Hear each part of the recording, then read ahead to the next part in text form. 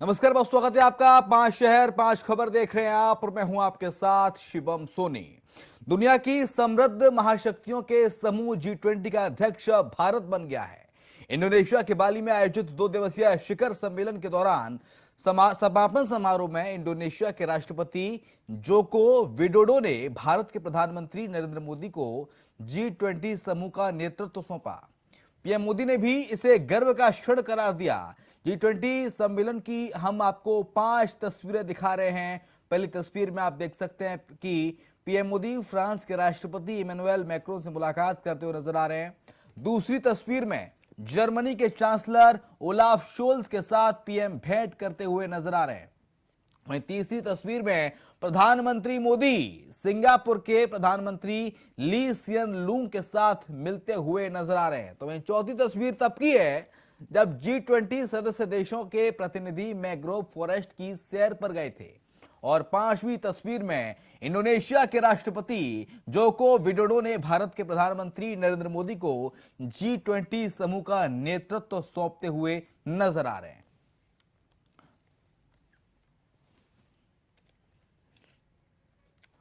तो 5 अलग अलग तस्वीरें आपके सामने टीवी स्क्रीन पर। G20 में मोदी का जलवा दिखा, भारत का जलवा दिखा और G20 समूह का नेतृत्व करते हुए नजर आए देश के प्रधानमंत्री नरेंद्र मोदी। और इसके साथ साथ G20 का अध्यक्ष भी भारत बन गया है। आपको बता दें कि अगले साल ये G20 शिखर सम्मेलन हिंदुस्तान में होना है, दिल्ली में होना है। और इसको लेकर प्रधानमंत्री नरेंद्र मोदी इस बार के G20 को लेकर इंडोनेशिया के बाली पहुंचे थे। और तस्वीरें भी आपको दिखा रहे हैं कि किस तरह से हिंदुस्तान की गूंज पूरी दुनिया में देखने को मिल रही है। हिंदुस्तान की धाक पूरी दुनिया देख रही है। और किस तरह से G20 का अध्यक्ष बनाया गया प्रधानमंत्री नरेंद्र मोदी को, इसके साथ ही पीएम की तारीफ भी की। और 5 तस्वीर आपको दिखा रहे हैं। पहली तस्वीर मैक्रो से मिलते हुए पीएम मोदी फ्रांस के राष्ट्रपति से। दूसरी तस्वीर में सिंगापुर में प्रधानमंत्री से मीटिंग, सिंगापुर के पीएम से मीटिंग करते हुए। चौथी तस्वीर जर्मन चांसलर से भेंट करते हुए पीएम मोदी। और पांचवी तस्वीर मैंग्रोव फॉरेस्ट की सैर करते हुए। साथ ही G20 का अध्यक्ष अब भारत बन गया है। तो G20 में भी मोदी की गूंज सुनाई दी।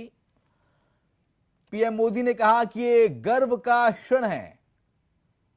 इसके साथ ही भारत की धाक अब पूरी दुनिया देख रही है। संपूर्ण विश्व में भारत की धाक का जलवा।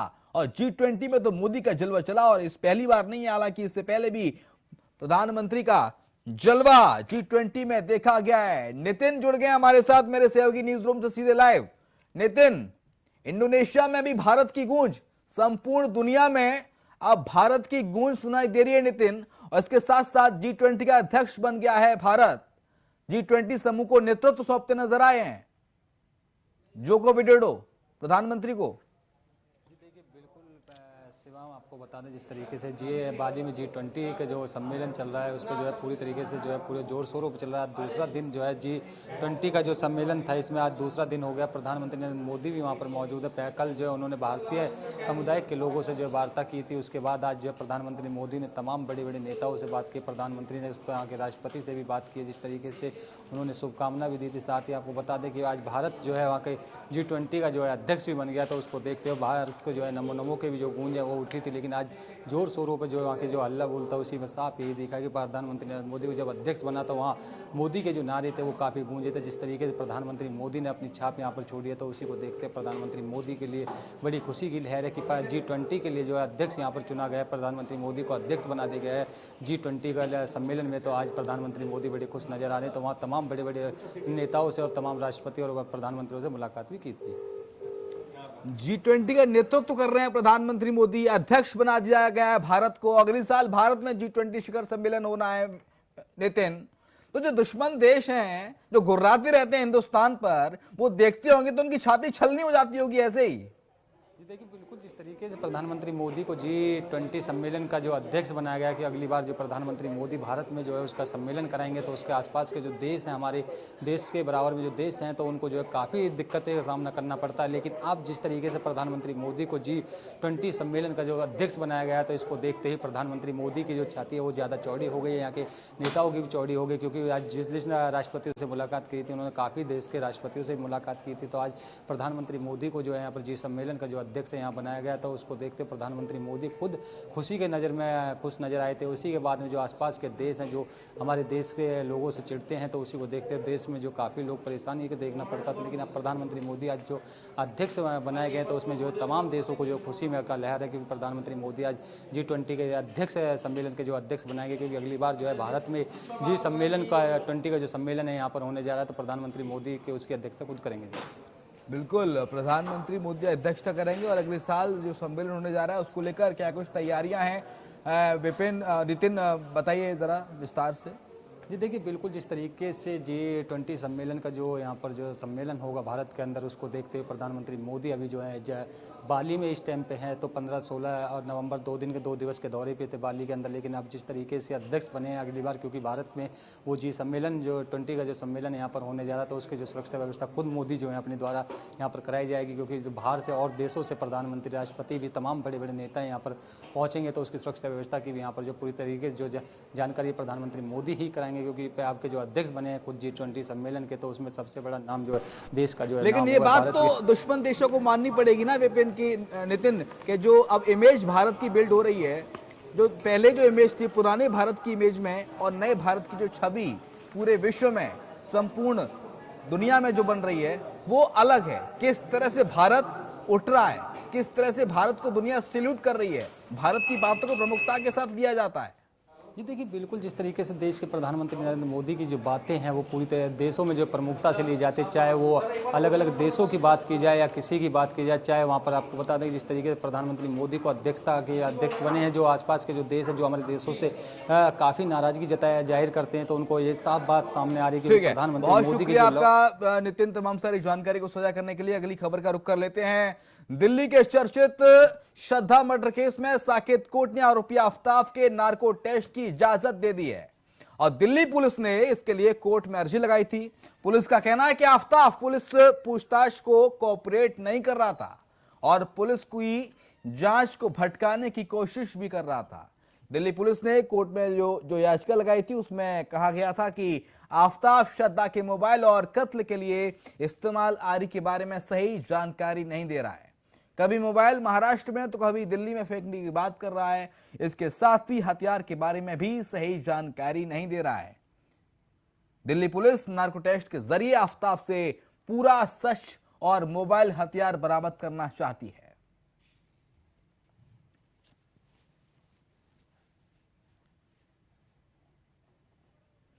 तो श्रद्धा मर्डर केस में अब नार्को टेस्ट होगा आरोपी आफ्ताब का, क्योंकि पुलिस लगातार ऐसे आरोप लगा रही है कि जो आफ्ताब है वो सही जानकारी पुलिस को नहीं दे रहा है, पुलिस को भ्रमित कर रहा है। हालांकि सीन को आज आफ्ताब के उस फ्लैट पर जाकर रिक्रिएट भी कराया गया, उसमें भी कुछ पुलिस को महत्वपूर्ण तथ्य मिले।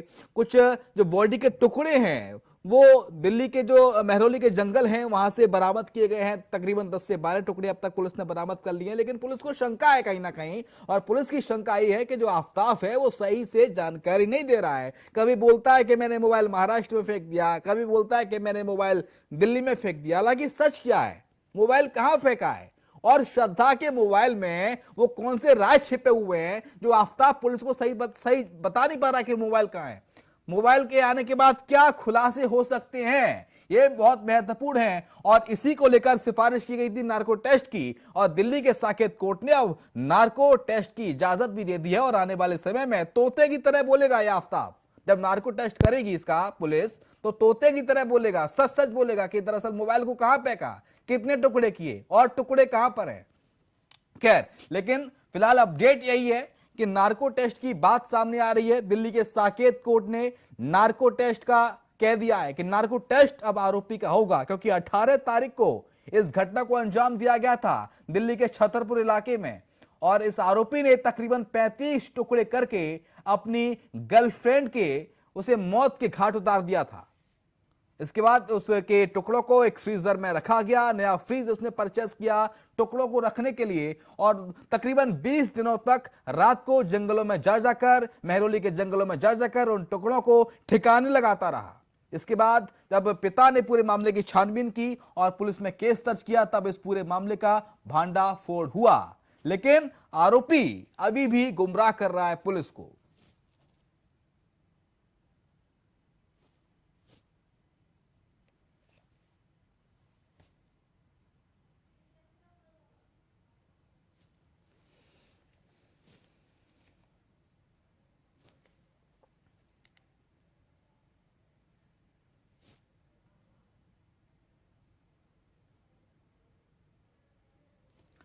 योगेश पांडे जुड़ गए हमारे साथ, हमारे संवाददाता सीधे न्यूज रूम से लाइव जुड़ गए हैं। योगेश, नार्को टेस्ट होगा, साकेत कोर्ट ने कह दिया है, अब तोते की तरह बोलेगा आफ्ताब, तोते की तरह, सच सच। बिल्कुल शिवम, जिस तरीके से साकेत कोर्ट की तरफ से ये इस बात के निर्देश दे दिए गए हैं कि दरअसल नार्को टेस्ट कराया जा सकता है, इजाजत दे दी जा चुकी है। नार्को टेस्ट में होता क्या है दरअसल शिवम, आपको बता दें कि जिस तरीके से सोडियम पेंटोथॉल इंजेक्शन का उपयोग किया जाता है, जिसमें अर्ध बेहोशी हालात में वो व्यक्ति चला जाता है, जिससे नार्को टेस्ट जिस पर अप्लाई किया जाता है। सवाल ये है कि दरअसल क्या वास्तव में नार्को टेस्ट के बाद वो सच बोलेगा, क्योंकि कई ऐसे मामले सामने आए हैं जो कि नार्को टेस्ट के बाद भी जो आरोपी होता है वो झूठ बोलता है और बाद में जो आरोप होता है उस आरोपी पर सिद्ध हुए हैं। कई ऐसे मामले उदाहरण देखने को मिले हैं। और दूसरी बात यह है कि जिस तरीके से अब आफ्ताब लगातार गुमराह करता नजर आ रहा है, कभी कहता है उसने मोबाइल दिल्ली में फेंका है, कभी कह रहा है महाराष्ट्र में फेंका है। एक एक कड़ी को जुटाने के लिए पुलिस इस नार्को टेस्ट के लिए बात कह रही है। इसके साथ ही लाई डिटेक्टर का भी प्रयोग किया जाएगा। शिवम, बड़ी बात यह है यहाँ पर लाई डिटेक्टर के जरिए भी वहां पर मनोवैज्ञानिकों के सामने इसका प्रयोग किया जाएगा और उससे पूछने की कोशिश की जाएगी कि क्या वास्तव में, क्योंकि पुलिस के लिए ये एक अनसुलझी कहानी सी बनकर रह गया हुआ है श्रद्धा हत्याकांड का मामला। लगातार जो साक्ष्य हैं उन साक्ष्यों को जुटाने की कोशिश की जा रही है। अब तक 13 टुकड़े बरामद हुए, उन 13 टुकड़ों में हड्डियां में तब्दील हो चुके थे वो 13 टुकड़े। और इसके साथ ही ये भी दरअसल जो फॉरेंसिक लैब भेजे गए हैं उन टुकड़ों को अभी तक इस बात को निकल करके सामने नहीं आया। नजर बनाए रखिएगा योगेश, आपसे अपडेट्स लगातार लेते रहेंगे। लेकिन सवाल यही है कि आखिरकार उस मोबाइल में ऐसा क्या छिपा है जिसे आफ्ताब जो हत्या का आरोपी है उसे बार बार पुलिस से छुपा रहा है, गुमराह कर रहा है। खैर, बढ़ते अगली खबर की ओर। खबर दिल्ली के श्रद्धा केस से जुड़ी हुई, जहां पर साकेत कोर्ट ने आरोपी आफ्ताब का नार्को टेस्ट करवाने की परमिशन तो दे दी है, तो वहीं लखनऊ में लव जिहाद का मामला एक और सामने आ गया है। दरअसल लखनऊ में कथित तौर पर धर्मांतरण से इनकार करने पर एक लड़की की हत्या कर दी गई। मामले में पुलिस ने एफआईआर दर्ज कर ली है और धारा 302 और धर्मांतरण की धाराएं भी लगाई हैं। यह मामला दुबग्गा थाने में दर्ज हुआ है। पुलिस अधिकारियों के मुताबिक इस मामले में आरोपी सुफियान युवती से जबरन धर्म बदलकर शादी करने का दबाव बना रहा था और इस केस में पूछताछ के लिए स्थानीय पुलिस ने आरोपी सुफियान की बहन और मां को हिरासत में ले लिया है। तो वहीं आरोपी सुफियान फरार चल रहा है, जिसको पकड़ने के लिए पुलिस की तरफ से लगातार दबिश भी दी जा रही है। लड़की के परिजनों का आरोप है कि आरोपी लड़की को काफी दिनों से परेशान कर रहा था। सुफियान उस पर धर्म परिवर्तन का दबाव बना रहा था। धर्मांतरण का विरोध करने पर सुफियान ने लड़की को 4थी मंजिल से नीचे फेंक दिया और जिसके बाद उसे गंभीर हालत में ट्रॉमा सेंटर ले जाया गया, जहां डॉक्टरों ने उसे मृत घोषित कर दिया।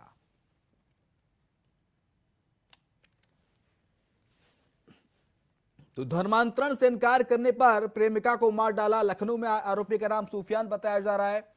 लखनऊ में ये लव जिहाद का मामला सामने आया है। एक और दिल्ली में जो मामला सामने आया श्रद्धा मर्डर केस का, वो शांत नहीं हुआ, तो वहीं एक दूसरा मामला सामने आ जाता है। क्या कुछ प्रतिक्रिया है, सुनते हैं। लड़के नहीं धक्का दिया है शायद, हाँ उसी की वजह से वो मरी। उसी के हम लोग कंप्लेन करने गए थे, शिकायत करने गए थे। वो मेरे भाई को मारने की धमकी दे रहा था कि मैं मारेंगे। लड़की का वीडियो बता रहा था, वीडियो है, ये है, वो है, दुनिया भर की बातें कर रहा था। कौन है? यहीं आगे एक लड़का रहता है। क्या नाम है? सुफियान। अच्छा, क्या पहले से जान पहचान थी? हाँ थी सर, जान पहचान पहले से थी, लेकिन हम लोगों ने सब खत्म कर दिया था, बात खत्म हो गई। वो उसको टॉर्चर कर रहा था। आज कम से कम 1 हफ्ते से 15 दिन से टॉर्चर कर रहा था। हाँ, वो आज मैं उसके घर कंप्लेन लेके गई। हाँ, तो उनके घर वाले सब कह रहे हैं कि शादी कर दो।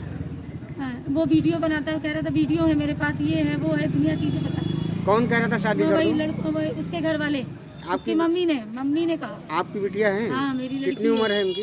उनकी 17 की एज है। डेट ऑफ बर्थ वगैरह कुछ याद हाँ है? जी हाँ सब। आज ऐसा क्या हुआ जो छत आज से? मेरे भाई को बोला था गाड़ी में आग लगा देंगे, मारेंगे। ऐसा किसने किया है? वो वही लड़के ने बोला। वो जब लड़की हाँ कूदी है वो लड़के ने ही बोला, तो घर पे सुफियान ने मौजूद बोला। था? के जो डूडा कॉलोनी है वहाँ पर आज एक बच्ची जो कि अपने परिजनों के साथ यहाँ पर रहती थी और इनका कतिपय कारणों को लेके अपने इसी डूडा कॉलोनी में ही दूसरे ब्लॉक में जो रहते हैं उनसे विवाद हुआ और तत्पश्चात जो इनकी जो छत से गिरने से इनकी मौत हो गई है इस संबंध में समुचित धाराओं में और संगत धाराओं में अभियोग पंजीकृत किया जा रहा है। अभियुक्त की गिरफ्तारी हेतु समुचित प्रयास किए जाएंगे और इनके साथ त्वरित न्याय की व्यवस्था सुनिश्चित। तत्काल मौके पर समस्त अधिकारियों द्वारा पहुंचकर घटनास्थल का निरीक्षण किया गया। तत्पश्चात मृतका की मां, जो कि वादिनी है, उनके द्वारा दी गई लिखित तहरीर के आधार पर थाने पर मुकदमा अपराध संख्या 231/2022, 302 IPC व 3/5 उत्तर प्रदेश धर्म संपरिवर्तन प्रतिषेध अधिनियम बनाम सूफियान पुत्र मोहम्मद राजू निवासी बसंत कुंज कॉलोनी, थाना दुबग्गा, लखनऊ पंजीकृत किया गया है। आरोपी की गिरफ्तारी हेतु हमारी टीमें 5 टीमें गठित कर दी गई हैं और हर संभव प्रयास आरोपी की गिरफ्तारी का। तो चलिए चंदन का रुख कर लेते हैं। लखनऊ से हमारे संवाददाता सीधे इस खबर पर लाइव मौजूद हैं।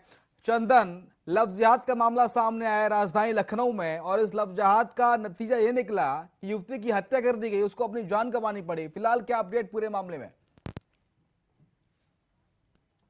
कल दर्दनाक हादसा हुआ है। ये पूरा मामला जो है लव जिहाद और धर्म परिवर्तन का मामला है, जिसमें जो है युवती का भी इस टाइम जो है अंतिम संस्कार करने जा रहे थे, तो वहीं IIM रोड पर शव रखकर जो है भारी प्रदर्शन चल रहा है। भारी मौके पे जो है भारी फोर्स तैनात की गई है और घरवालों का आरोप है कि जो आरोपी सुफियान है उसकी गिरफ्तारी की जाए, मामला हमारा फास्ट ट्रैक कोर्ट में जाए और 50 लाख रुपए की मांग भी सरकार से की जा रही है। हालांकि पुलिस ने सभी जो है उनकी जो चीजें हैं उस पे जो है आश्वासन उसको दे दिया है पीड़ित परिवार को। अब देखने वाली बात होगी क्या चीजें कैसे होती है। हालांकि पुलिस की 5 टीमें लगाई गई हैं, लेकिन अभी तक जो है पुलिस गिरफ्तारी नहीं कर पाई है। पुलिस को जो है सुफियान गुमराह कर रहा है। पुलिस की कई टीमें अलग अलग जगहों पर दबिश दे रही है। जी ठीक है, लेकिन खबर ये सामने आ रही है कि पिछले कई दिनों से लड़की को परेशान किया जा रहा था। चंदन, तो क्या लड़की के घर वालों ने, पीड़िता के माता पिता ने उसकी शिकायत कराई थी? क्या पुलिस में कोई तहरीर दी थी इसको लेकर? बिल्कुल, मामला आपको बता दूं, लड़की को जो है आए दिन ये सुफियान तंग कर रहा था, जिसके लिए जो है युवती ने अपने परिवार में बताया। परिवार वाले जब इनके घर गए, सुफियान के जब घर पे बातचीत करने के लिए गए कि सुफियान के खिलाफ मुकदमा दर्ज करवा देंगे, हमारी बेटी को परेशान कर रहा है, तो सुफियान का साफ तौर पर कहना था कि आप अगर पुलिस में गए मेरे खिलाफ मुकदमा दर्ज करवाने, तो सुफियान के जो सुफियान का भाई है उसको जान से मारने की धमकी देने लगा। तो ऐसे में डरा सहमा जो परिवार था वो पुलिस तक नहीं पहुंचा और कल देर रात जो है ये घटना सामने आई। चंदन, इसमें पिता भी सामने आया है, जो सुफियान का पिता है, वो भी साथ गया था सुफियान के, और उसने छत से, पिता और बाप बेटे ने दोनों ने छत से धक्का दिया था।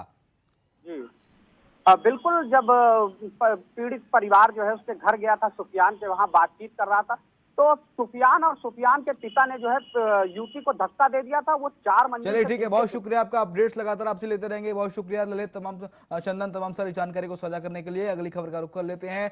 मैनपुरी लोकसभा उपचुनाव को लेकर भारतीय जनता पार्टी के प्रत्याशी रघुराज सिंह शाक्य अपने समर्थक प्रस्तावों के साथ नामांकन दाखिल करने के लिए आज कलेक्ट्रेट पहुंचे और इस मौके पर उनके साथ पहुंचे ममता राजपूत, पूर्व कैबिनेट मंत्री रामनरेश अग्निहोत्री, जिला अध्यक्ष प्रदीप सिंह चौहान और आलोक गुप्ता। तो दमखम के साथ नामांकन किया रघुराज शाक्य ने और इसके साथ साथ उनका हम आपको दिखा रहे हैं, उनके समर्थक भी यहां पर मौजूद हैं और अपनी जीत का दावा करते हुए नजर आए। भारतीय जनता पार्टी की ओर से मैनपुरी प्रत्याशी रघुराज शाक्य, क्योंकि 5 नवंबर को मैनपुरी की लोकसभा सीट के लिए उपचुनाव के लिए वोटिंग होगी और इसको लेकर एक तरफ डिंपल यादव है समाजवादी पार्टी की ओर से, तो दूसरी तरफ रघुराज शाक्य हैं और पूरे दमखम के साथ आज कलेक्ट्रेट में नामांकन दाखिल किया है।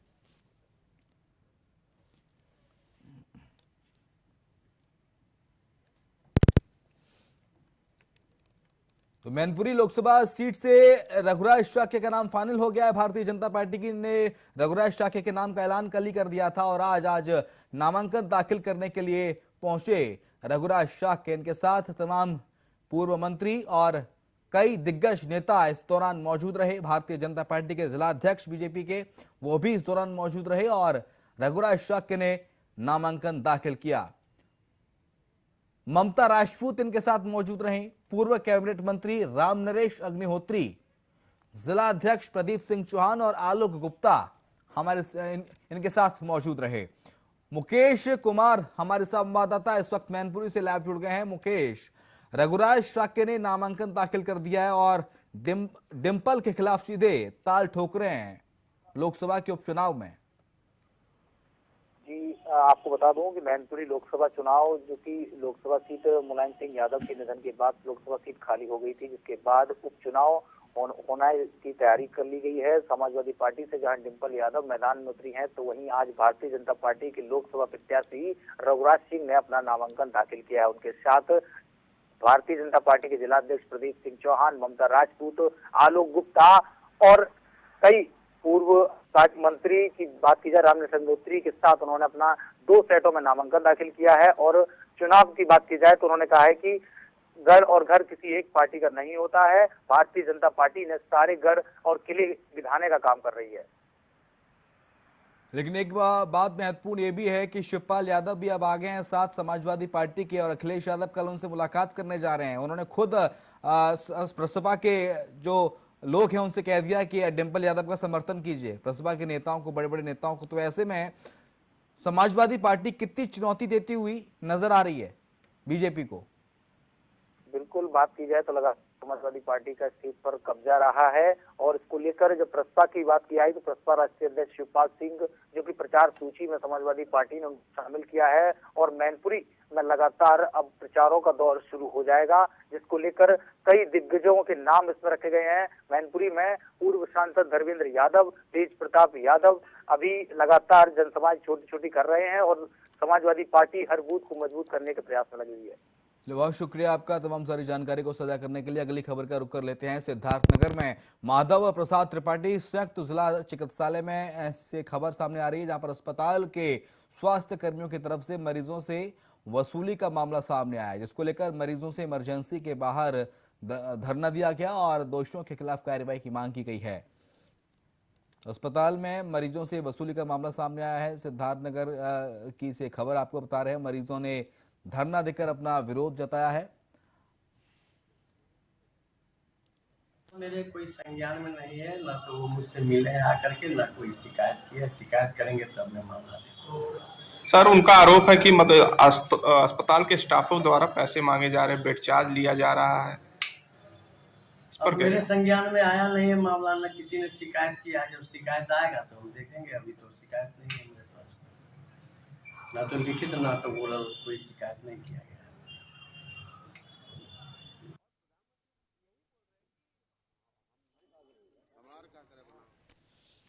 तो मरीजों ने धरना देकर इसका विरोध जताया है। दरअसल अस्पताल के मरीजों से वसूली की बात सामने आ रही है कि कर्मचारी अस्पताल के मरीजों से वसूली कर रहे हैं। राकेश जुड़ गए हमारे साथ, हमारे संवाददाता। मरीजों से वसूली का मामला सामने आया। राकेश, क्या कार्रवाई अब तक हुई, कौन कौन नपा है? मामला सिद्धार्थनगर जिले के जिला अस्पताल का है, जो माधव प्रसाद त्रिपाठी जी मेडिकल कॉलेज के नाम से है। लेकिन यहाँ आए दिन वीडियो सोशल मीडिया पे वायरल होता रहता है। इस पैसे के लेन देन को लेकर मरीजों से गाढ़ी रकम वसूली की जाती है। लेकिन इस मामले में प्रशासन अभी तक जब कोई कार्रवाई नहीं किया है। जब मैंने सीएमएस से बात की, उनसे मुलाकात की, तो उनका कहना है कि अभी तक इस मामले में कोई तहरीर मुझे नहीं मिली है। सूचना मिलेगा तो कार्रवाई की जाएगी। ठीक है, कार्रवाई की बात लगातार कही जा रही है, लेकिन ये ऐसा पहली बार नहीं है राकेश। इससे पहले भी इस तरह के वीडियो लगातार सामने आते रहे हैं। अगर मरीज सरकारी अस्पताल में इलाज कराने इसलिए जा रहा है क्योंकि उसके पास पैसा नहीं है, कम पैसे में वो इलाज कराना चाहता है अपना और ठीक होकर घर जाना चाहता है, और ऐसे में उससे वसूली की जाएगी, तो फिर सरकारी अस्पतालों में इलाज कराने के लिए कौन आएगा? जी शिवम जी, बता दूं कि ये इस तरह से मरीजों से जिस तरह से वसूली की जाती है और कार्रवाई के नाम से कुछ नहीं होता है, सिर्फ आश्वासन ही दिया जाता है। ऐसे में कई बार ऐसा हुआ है कि पैसा वसूली के नाम पे लोग मरीजों की देख रेख तक भी नहीं करते हैं। वहीं सुई और ग्लूकोज लगाने के नाम पे पैसे लिए जाते हैं, बेड के नाम पे पैसे लिए जाते हैं। अभी हाल ही में जो है मंत्री का, स्वास्थ्य मंत्री ब्रजेश पाठक जी का भी दौरा हुआ था, लेकिन अधिकारी बाज नहीं आ रहे हैं। किसी भी प्रकार से इस जिला अस्पताल में कोई कार्रवाई नहीं हो रही। नहीं, इस तरह के जब मामले सामने आते हैं, खबर चलाई जाती है, वीडियो वायरल होते हैं, तो अधिकारी संज्ञान में लोग लेते हैं उस पूरे मामले को। फिलहाल मामले को रफा दफा करने के लिए छुटपुट टाइप की कार्रवाई करते हैं और फिर मामला जब शांत होता है फिर उस धड़ल्ले से वसूली शुरू हो जाती है। सिर्फ कार्रवाई के नाम पे आश्वासन ही दिए जाते हैं, लेकिन कार्रवाई नहीं होती है। कभी भी इस तरह के मामले पर कार्रवाई हुई ही नहीं है। सिर्फ लोगों को आश्वासन देके चुप करा दिया जाता है इन सब मामलों में। बहुत शुक्रिया राकेश आपका तमाम सारी जानकारी को साझा करने के लिए। तो सिद्धार्थनगर का ये पूरा मामला है जहां पर अस्पताल के स्वास्थ्य कर्मियों की तरफ से मरीजों से वसूली का मामला सामने आया। मरीजों ने इमरजेंसी के बाहर धरना दिया है इसके विरोध में और दोषियों के खिलाफ कार्रवाई की मांग की है। और इसी के साथ इस बुलेटिन में इतना ही। खबर लगातार जारी है, आप देखते रहिए इंडिया वॉइस।